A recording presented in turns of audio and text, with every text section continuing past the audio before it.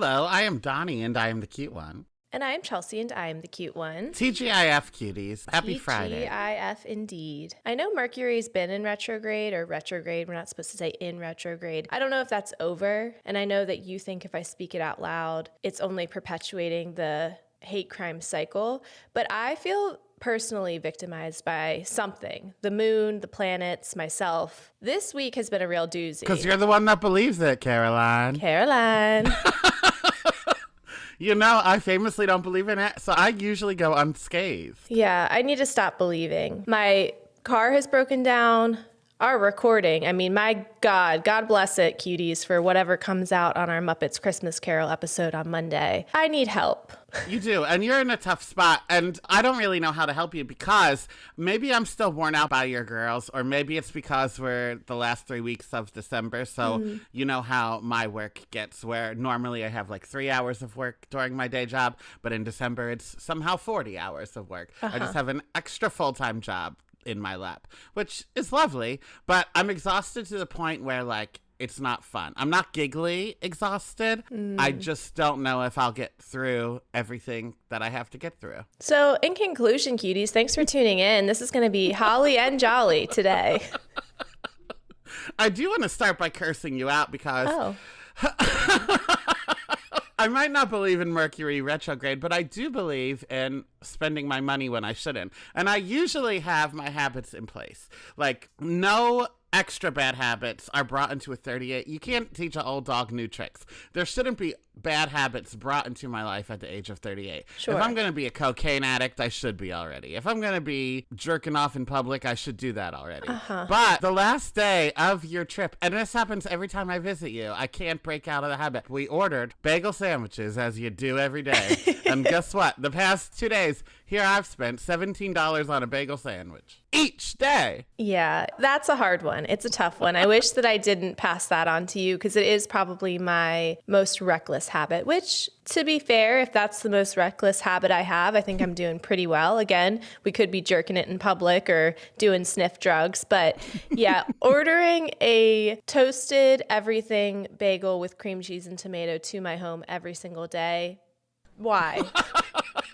Well, let's tell the cuties about your trip because it was so much fun. We saw Mariah Carey. We did see Wicked, but we're not going to be talking about our Wicked experience here. We went live from my basement. You were wearing green face paint that was just sopping wet. If you look here, I think it's still a little green in the beard. You can like see it if you know it's there. And that footage is still on both of our Instagrams. So if they want to hear our Wicked movie recap, go over there. With that said, if you were on that live and we talked about the 15% off code, that is live now on our Etsy shop. So if you weren't there, this is me telling you about it. Go watch it on Instagram and we give you a 15% off code for Etsy. Merry Christmas. Happy holidays. But we're going to be talking about the rest of your trip, which did include seeing one Mariah Carey perform. Among other things in that venue, we saw a lot happen there. We sure did. We lived about 10 lives during that 2-hour performance.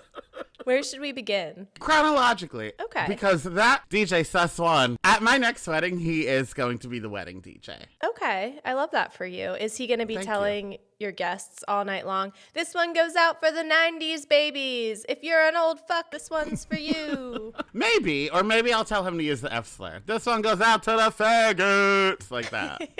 If we're going to go chronologically, I actually want to go one step before the performance. Okay. So we were wearing our ho ho ho sweatshirts where it just said ho established and then our birth year, which I was just out and proud wearing by myself in public. But then when you, me, and our friend Amanda stood next to each other, it said ho ho ho, which is just fucking adorable. But then I want to talk about, I really feel like our Uber driver, I hope he appreciated the fact that he had an intimate podcast recording experience. We basically gave him the old razzle dazzle. We were giving him a live show performance in the backseat of our Uber. I know. He should have tipped us afterwards. But he was chuckling along with all of our hijinks in the backseat. He was. And I liked him too. It was audience participation because sometimes he would lend a hand as well. Yeah. Like, for example, we were out in Baltimore and there is an old saloon that Amanda was telling us has been there since Muppets Christmas Carol took place in whatever time frame that was. The hundreds, yeah. Uh-huh. That's just a callback to Monday's episode. Again, who knows if you'll hear it because of the technological issues, but there we go. But it's called The Horse You Rode In On, and Donny was trying to educate us. Before you do, Cuties, I'm going to let you talk right now in your living room like you're watching Dora the Explorer. Cuties, what does the phrase, the horse you rode in on, mean? That's Wrong. right. I know it to mean fuck you and your mom. Like if you say fuck you and the horse you rode in on, that means fuck you and your mother. She is the horse you rode in on to the world. But I would argue you rode out of that horse. I feel like it does sound weird to say you rode in on your mom. That feels like a reverse your mama joke. I don't think that they were telling your mama jokes in the 1800s. I do think that they were probably comparing women to animals, though. Still do. Just listen to the show. So we were having a lively debate in the back seat of our car, and I hate to admit when Donnie's correct, but after some extensive Googling, we did discover that that is the origin of that phrase. I know what I'm talking about when it comes to derogatory terms, Chelsea. I just really thought it meant like you are such a skis ball that I hate you, and I even hate your dumb fucking horse. But I guess in this case, the dumb fucking horse is your mama. We also went to a Christmas bar called Slanta, which, if you're a Charmed watcher, you may already know the Irish word from when the leprechaun says, Slanta estanta. Now, what that means, I don't know, but I do know they say it on Charmed. I think that means cheers. Health and wealth is what Oh. Slanta estanta means. Look at us. Not cheers, one part of that. Well, I was wrong all weekend because I didn't know about the horse you rode in on. I didn't know about health and wealth. But then in the backseat of that Uber, Donnie did confront me and accuse me of calling somebody a hillbilly bitch. And then he tried to gaslight me. I said, did you call someone a hillbilly bitch today or did I make that up? And he said, oh, you made that up. You made that up. To the point where I thought maybe I did. So then I was trying to think of what TV shows did I watch or what other cars were I in that someone could have called someone driving a hillbilly bitch. But then sure enough, your medicine kicked in and you realized it was you. Sadly, my medicine didn't kick in because if you couldn't tell by the vibe, Cuties, the Vyvanse shortage is alive and well in this country. I might need to call a certain someone to take care of it for me. Woo! Now on to Mariah Carey. Donnie teased it, but there was a lot happening. Number one, you and I both broke into tears immediately upon her descent from that snowflake. I said if this was what church was, if church was only like Christmas song or even just a regular old Christian tune from, you know, a Tuesday in July, any kind of Bible music, if that's all church was just the singing, I would be MAGA by now. Yeah, I would be like, burn the books, lock up the women, and praise God. And fuck me, Jesus, yeah. And fuck me, Jesus. But especially if all of those songs were sung by Mariah Carey gingerly holding the hand of a companion, guiding her around the stage with gospel singers, the most talented children I've ever seen, not her own, but other children, doing their little dances, robes. It was beautiful. It truly was. But while we're on the subject of Mariah Carey, I've seen three Instagram stories this week saying like, oh, Mariah's reign as Queen of Christmas is over. Kelly Clarkson is now throned, which Kelly is a Christmas queen, but like I've said already, Chelsea, to you in your car, maybe you were busy if you don't remember this, calling someone a hillbilly bitch, but there is nothing out in the last 30 years that is as iconic as All I Want for Christmas Is You.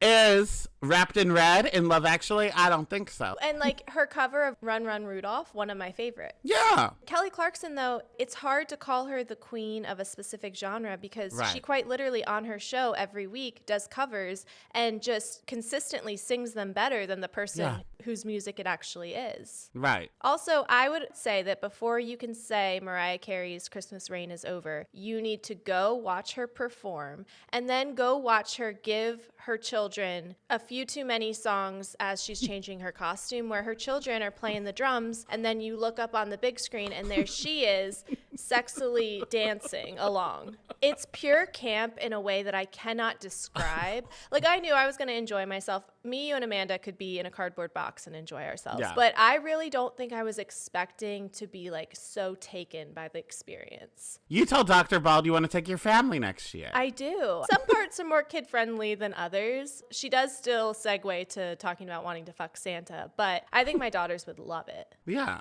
Who doesn't like to fuck Santa? That was my favorite song as a child. So I was taken by the experience. Other people in our section were also taken by the experience because in the middle of Oh Holy Night, there was commotion right in front of us. The juxtaposition of Mariah Carey belting about the birth of Jesus Christ, and then in front of us, a family helping their elderly father navigate some bowel issues.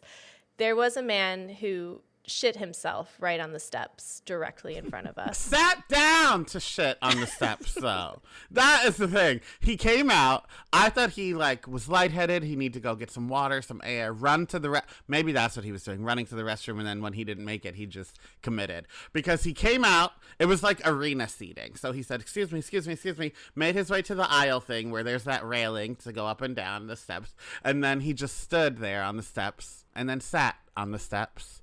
And then when they finally ushered him out and took him out of his secret entrance, never to be seen from again, we saw on the ground explosive diarrhea. Because we were worried he had fallen or like he was having a medical episode, whatever. You said we. Just you. Me and Amanda were trying our goddamnedest to look past him and be in the holiday spirit and pretend this man didn't exist. He could have been having a full seizure on those steps, and I would have been singing Oh Holy Night. But then once you decided you were focused on it, then I felt guilty not focusing on it. Oh, I see. Well, I'm sorry. When things like that happen, you know, Mr. Rogers says, look for the helpers in the world. I'm a helper. Yeah. But so I was very focused. I could not focus on anything else. So then once he had left, I was like, oh, thank God. Okay, they got him. He's okay. He's walking, whatever. But then my eyes scanned down. And that's when, at that point, you had gone back to the holly jolly Christmas. And I did tap you and say, look, there's shit. Meanwhile, Amanda had no idea any of this had happened. Lucky bitch. And then the janitor came with like an industrial-sized rock salt that he put over the shit so it was easier to clean up. Which, I never knew that, cuties. If you need to clean up shit, rock salt's the way to go, I guess. Well, it was quite an experience, but I think most magical of all, more magical than Mariah Carey coming down on a snowflake, more magical than a man shitting his britches right there on the steps. I am psychic. I'm going to push back. Go ahead. No, you can tell the story. It is your story to tell. And then I'll tell you why I have some hesitancies.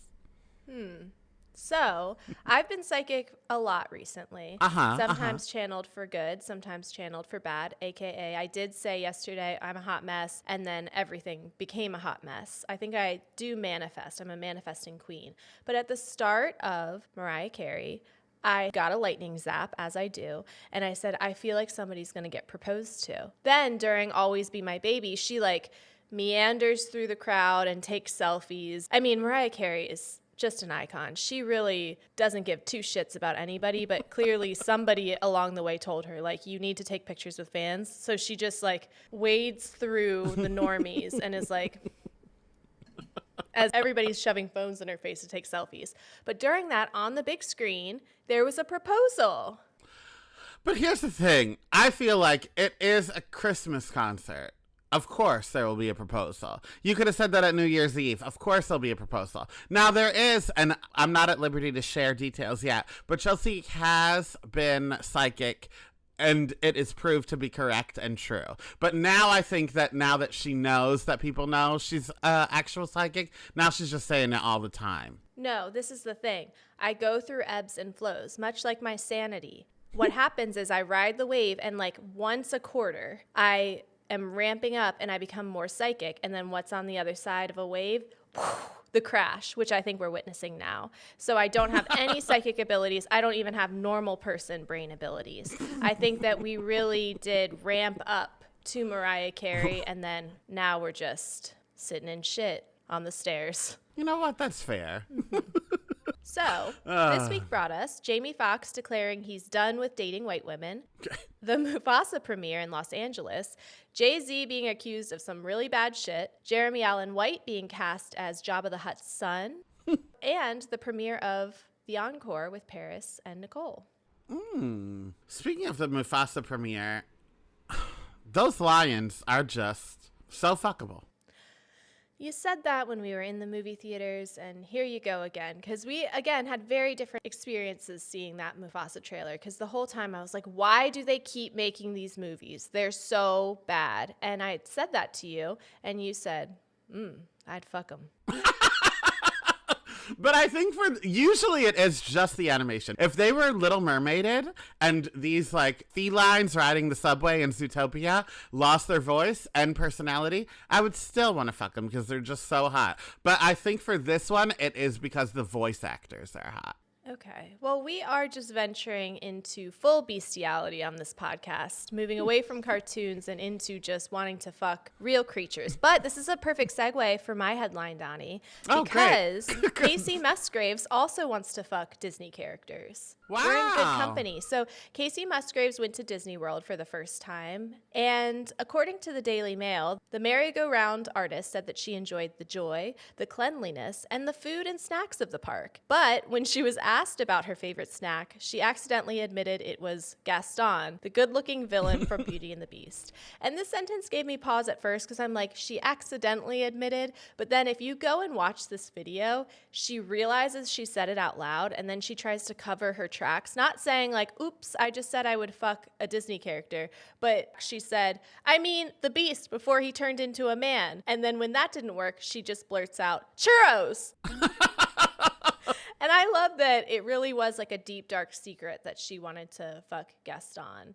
Is he one of yours? I know that have we talked about humans we want to fuck in Disney? Because we've talked about certainly all the felines you want to be fucking. We've talked about my Fox from Robin Hood crush. Have we talked about humans from the franchises? Only the men from Encanto, I've said. Okay. Because I rated them about how hot their noses are. But I've never went into other movies.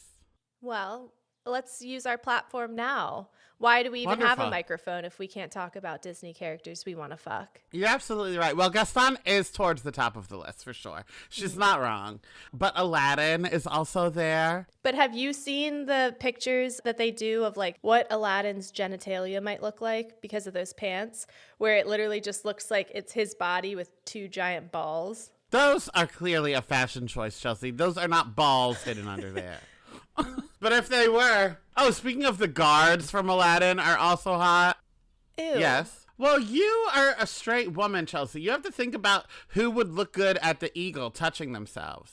Okay. And those guards would. I think those guards are a little Forrest Gump coded. No, they're not. It takes 25 of them to arrest one street urchin. Well, that's commentary on the police. Oh, true. So what you're saying is you would fuck the police. I love a man in uniform, Chelsea. No matter what kind of uniform it is, the village people, it really doesn't matter. A construction worker, a UPS man, a police officer, a firefighter, a Navy SEAL. if you wear a uniform to work, I do want to fuck you. If you don't have to think about what specific outfit you're putting on in the morning, Donny says, come on over. Come on over, baby. Please. Come on to my house, to my house. You know that song? Not in that tone. Is it my turn? Oh, no, you have to talk. You answer, you hillbilly bitch. I think Ariel is very hot, but she is a dumb bitch. And that's the problem, is that all of them are dumb bitches. Well, not Jasmine. Oh, not Jasmine. Yeah, so we could just separate them. Let's home wreck it. Yeah. You take Aladdin, I'll take Jasmine, and we'll call it a day. Perfect.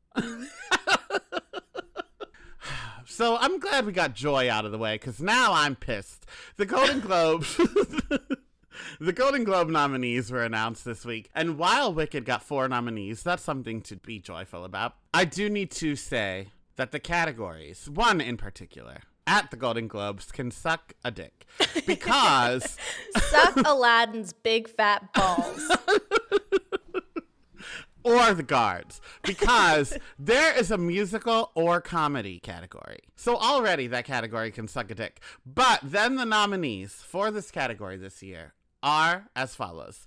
Cynthia Erivo for Wicked, obviously. And this is leading actress only. So Ariana is, which I don't like how they do this either. For best leading actor and actress, they split it up by category. So TV or movie, they do best leading actress in a drama, best leading actress in a comedy or musical, best blah, blah, blah, blah, blah. But then supporting actor is just if you're in a movie at all. So like Ariana is in there with any other supporting actress that's been in a movie this year, which makes it harder for her to win. But anyway, in musical or comedy, they have Cynthia Erivo for Wicked, Carla Sofia Gascon from Amelia Perez, which is a musical, so we're still on the plot. Amy Adams for Night Bitch, which if you have to label it as something, it is a comedy, I guess. I saw it last night and I did laugh a little bit, but overall it's just, I don't know. Maybe I'm not smart. I always blame myself and not the movie. Maybe the movie sucks, but it does have nominations, so maybe I'm the problem. No. You're beating yourself up too much. I have famously always said that whoever's in charge of nominations, they're pretentious fucks. They're smelling their own farts and they're just jerking each other off in a circle around whatever table they sit around to name the movies. Because I rarely agree. And That's again, true. I'm also an idiot, but I like to consider myself the voice of the people. Well, thank you. Well, I'm glad you said that because I was going to blame myself for being a man, for not being a mother. Well, all you kinds can of always things. blame yourself for being a man, but the other stuff you can let go.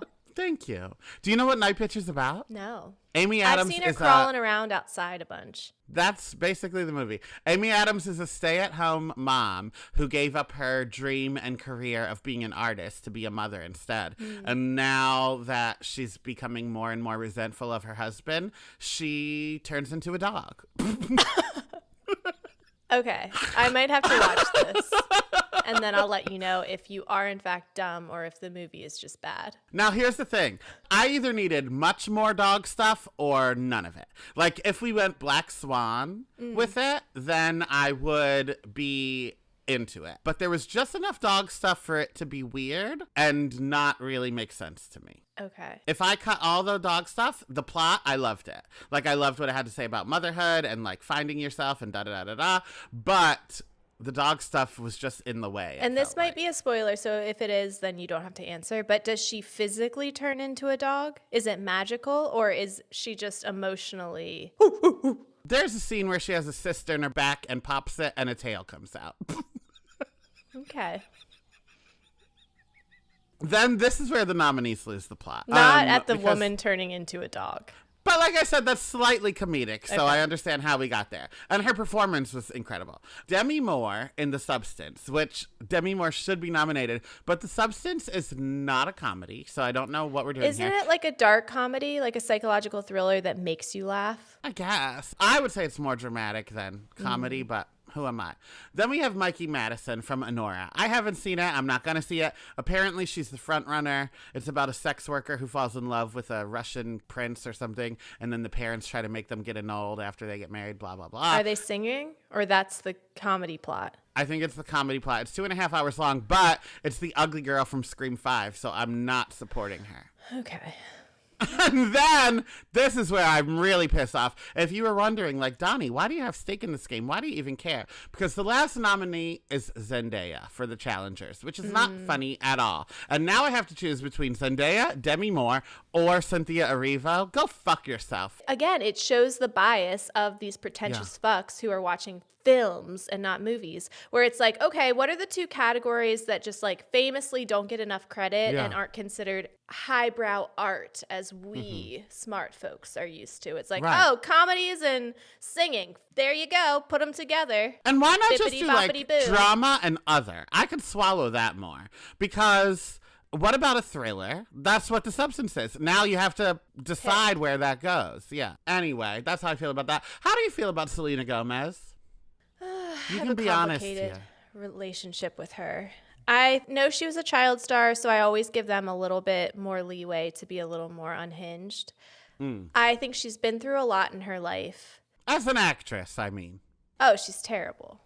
Well, this fucking panel doesn't think so. She has 2 nominations. For Only Murders? one for Only Murders in the Building, and then she's in that Amelia Perez musical. She's great in Only Murders, but that's because she plays a version of herself. She Vince Vaughn's it in that show.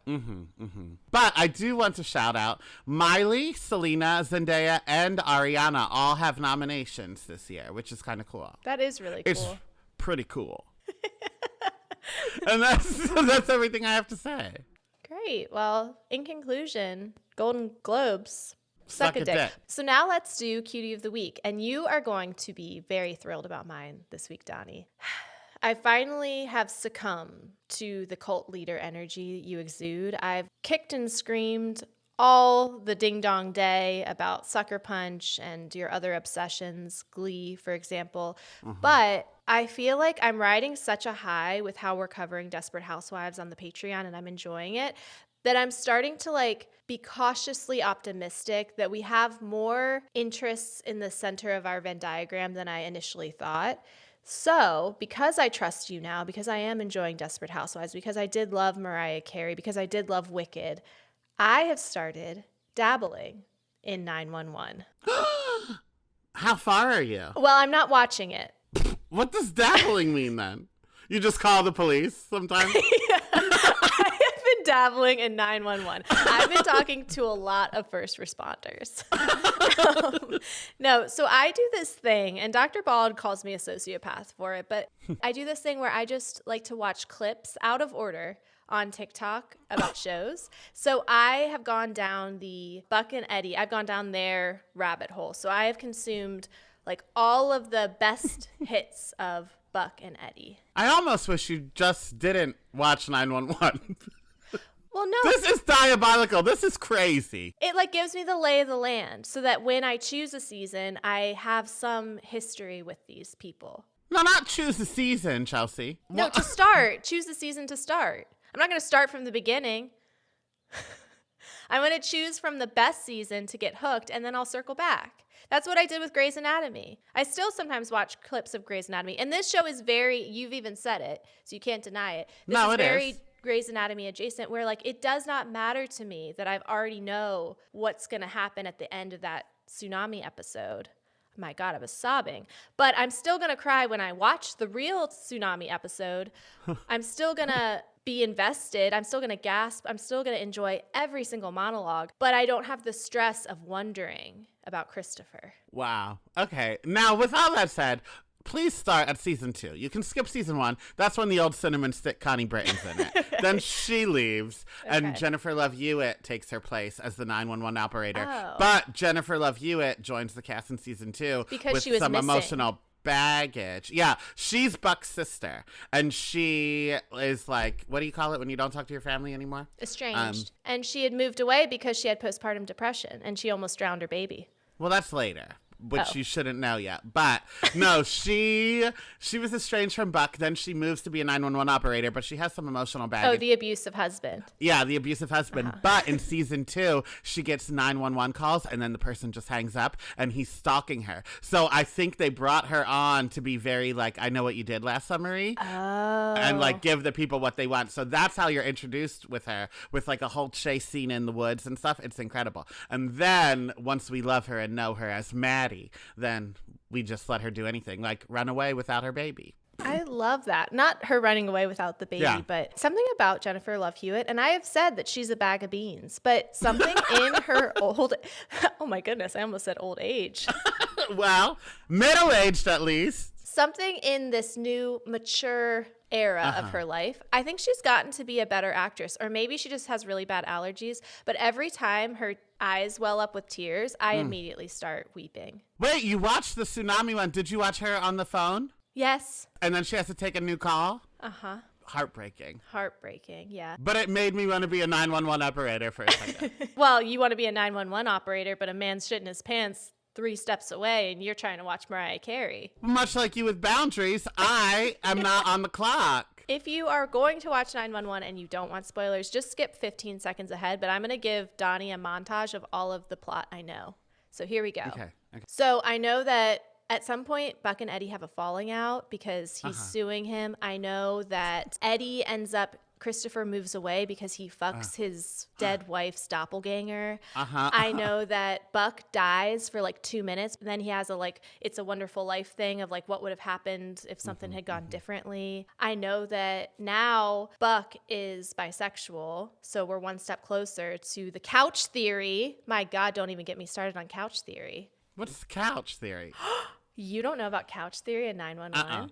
Okay, Uh-uh. so Buck does not have a couch in his living room, famously, because each one comes with a girlfriend. So when everybody's like, Buck, you don't have a couch, you don't have a couch, he's like, oh, I'm waiting for that perfect person. But then he starts sleeping on Eddie's couch. Yeah. And then most recently, when Eddie says he's going to move to be closer to his son, Buck is like, all right, well, join me on the couch. Let's look at these Zillow things. And then there's a moment where he's like, and that is couch theory. He realizes he's found his couch. He's found his person. A lot of people, when Buck came out of the closet as bisexual, thought it was like just giving people what they wanted, because it is a Ryan Murphy project. You need to know that, number one. So he has not done any planning. He just goes on Instagram and TikTok and says, like, what ideas do the people have?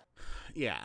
And a lot of people have been saying since like season 1 that Buck and Eddie should be a couple. So when Buck came out of the closet, people were like, oh my God, no, he's not bi. We've never seen anything from him that gives bi energy. But as long as him and Eddie fuck, I don't care what he is. That's all I need. Fuck right on that couch. So my cutie of the week, in a shock to no one, is, you know him, you love him, ladies and gentlemen, Luigi Mangione. So, first of all, we are recording this Wednesday, December 11th. Tuesday night, the pictures we've all been waiting for have been leaked, finally. The dick pic.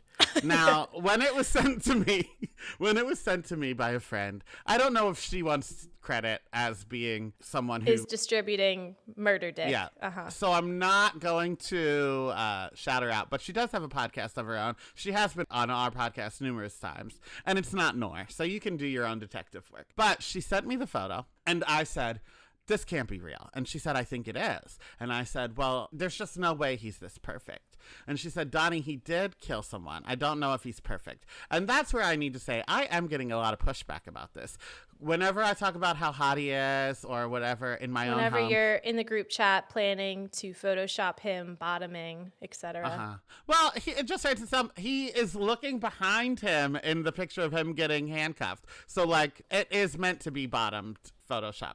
But in my own home, Quinn says, like, this is what's wrong with the world when I say about how hot he is and, like, free Luigi and things like this. On Amazon, the Luigi Super Mario hat, 1,000 sold yesterday. Which does speak to how broken we are in this late stage capitalism, that we are celebrating a person taking down the billionaires at the top by buying from Amazon, you know? Oh, yeah, that's true. All the pieces aren't connected yet. We know there's a problem, but we haven't fixed it. Right. But with that said, I do want to say, he didn't kill a nun. He didn't kill an orphan girl. He killed a CEO of a broken healthcare system. This person that is dead, should he have been murdered? No, but he has blood on his own hands.